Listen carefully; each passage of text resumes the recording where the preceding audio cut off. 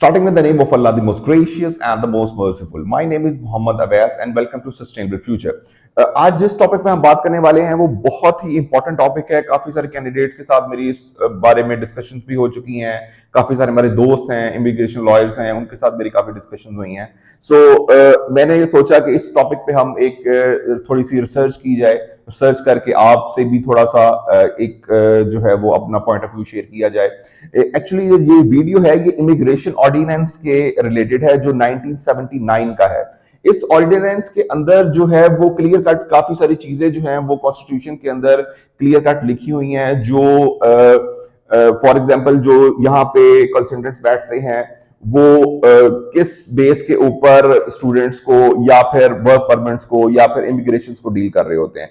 सो आज हम बात करेंगे इमिग्रेशन ऑर्डिनेंस के बारे में 1979 में। इसमें जो है वो मोस्ट इंपॉर्टेंट चीज जो ये है कि फॉर एग्जांपल अगर कोई भी इंस्टीट्यूट है जो एजुकेशन को डील करता है, इमिग्रेशन को डील करता है, वर्क परमिट्स को डील करता है, तो उसके लिए सबसे इंपॉर्टेंट चीज ये है कि वो गवर्नमेंट की स्पेसिफिक अथॉरिटी से एक लाइसेंस ले।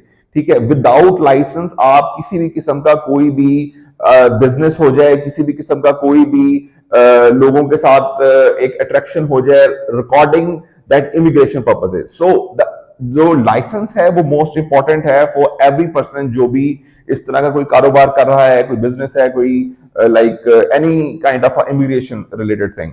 सो अगर तो आपके पास लाइसेंस है तो वेल गुड, आप जो है वो अखबारात के अंदर अपने इश्तिहार दे सकते हैं, अपनी वेबसाइट्स बना सकते हैं, जो है वो लोगों को अपने कॉन्सर्ट्स के ऊपर इनवाइट कर सकते हैं, उनको प्रॉपर गाइड कर सकते हैं ईच एंड एवरीथिंग।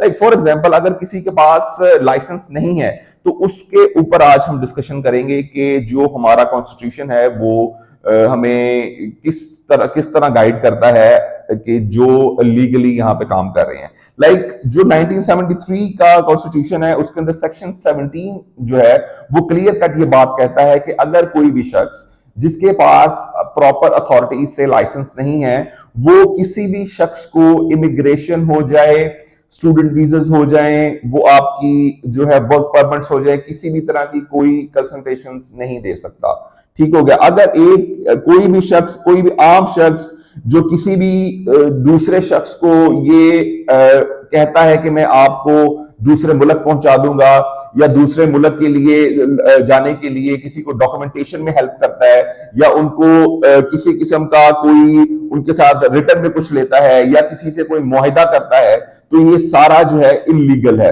इसकी जो पनिशमेंट है वो 5 ईयर आपको कैद होगी और 5 साल कैद के साथ साथ आपको जुर्माना भी हो सकता है।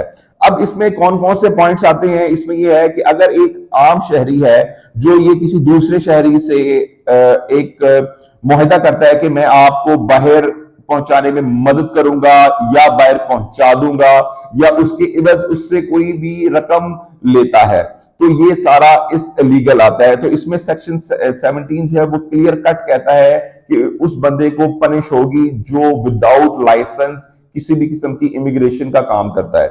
इसमें फॉर एग्जांपल कुछ लोग होते हैं जो इवन रेफर कर रहे होते हैं, समटाइम एक बंदे को रेफर कर दिया, इवन रेफर करना भी आपके एक जुर्म के अंदर आता है। ना आप किसी को रेफर कर सकते हैं, ना आप किसी से प्रॉमिस कर सकते हैं, ना किसी को हेल्प आउट कर सकते हैं। आप कोशिश कर रहे हो किसी को बाहर जाने के लिए तो ये भी उस सेक्शन 17 के अंदर ही आता है। हाँ, फॉर एग्जांपल अब सेक्शन 17 के सब सेक्शन 1 के अंदर क्लियर कट उन्होंने ये बताया हुआ है कि किसी की हेल्प करना, किसी को रेफर करना, किसी से पैसे लेना, किसी से जो है वो मुआहिदा करना, ये सारे के सारे सेक्शन 17 सब सेक्शन 1 के अंदर चीजें आती हैं।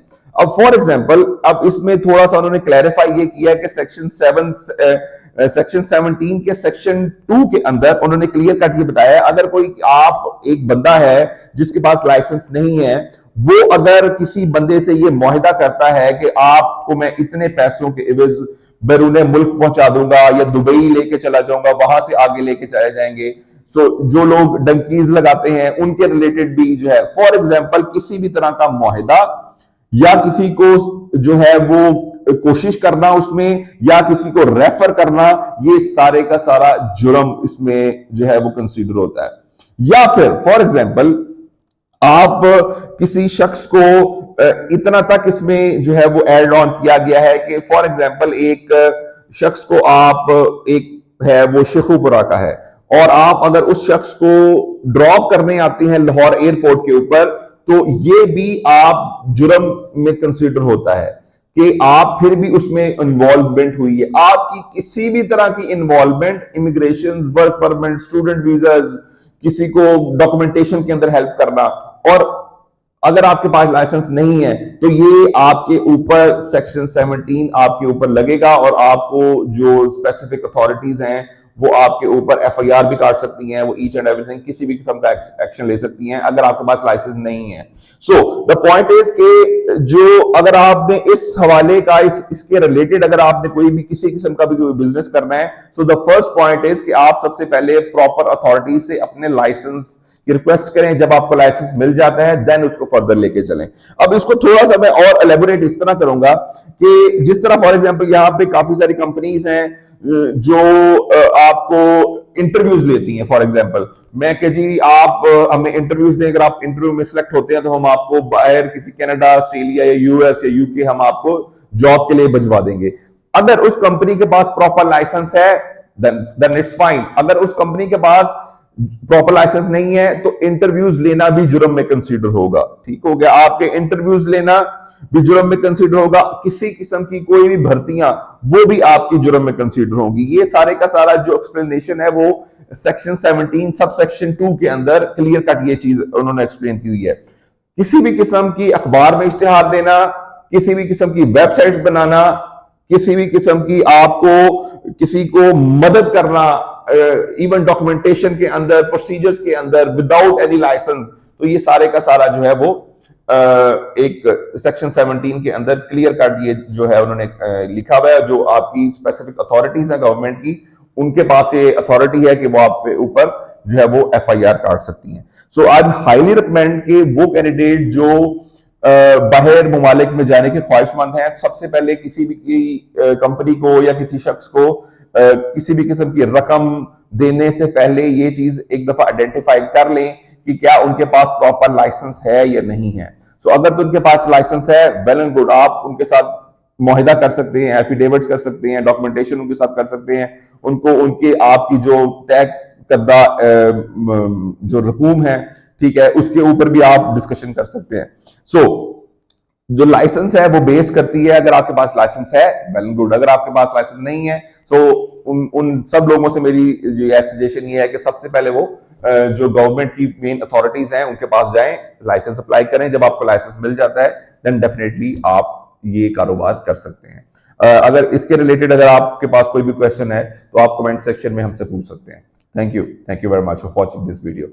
अल्लाह हाफिज।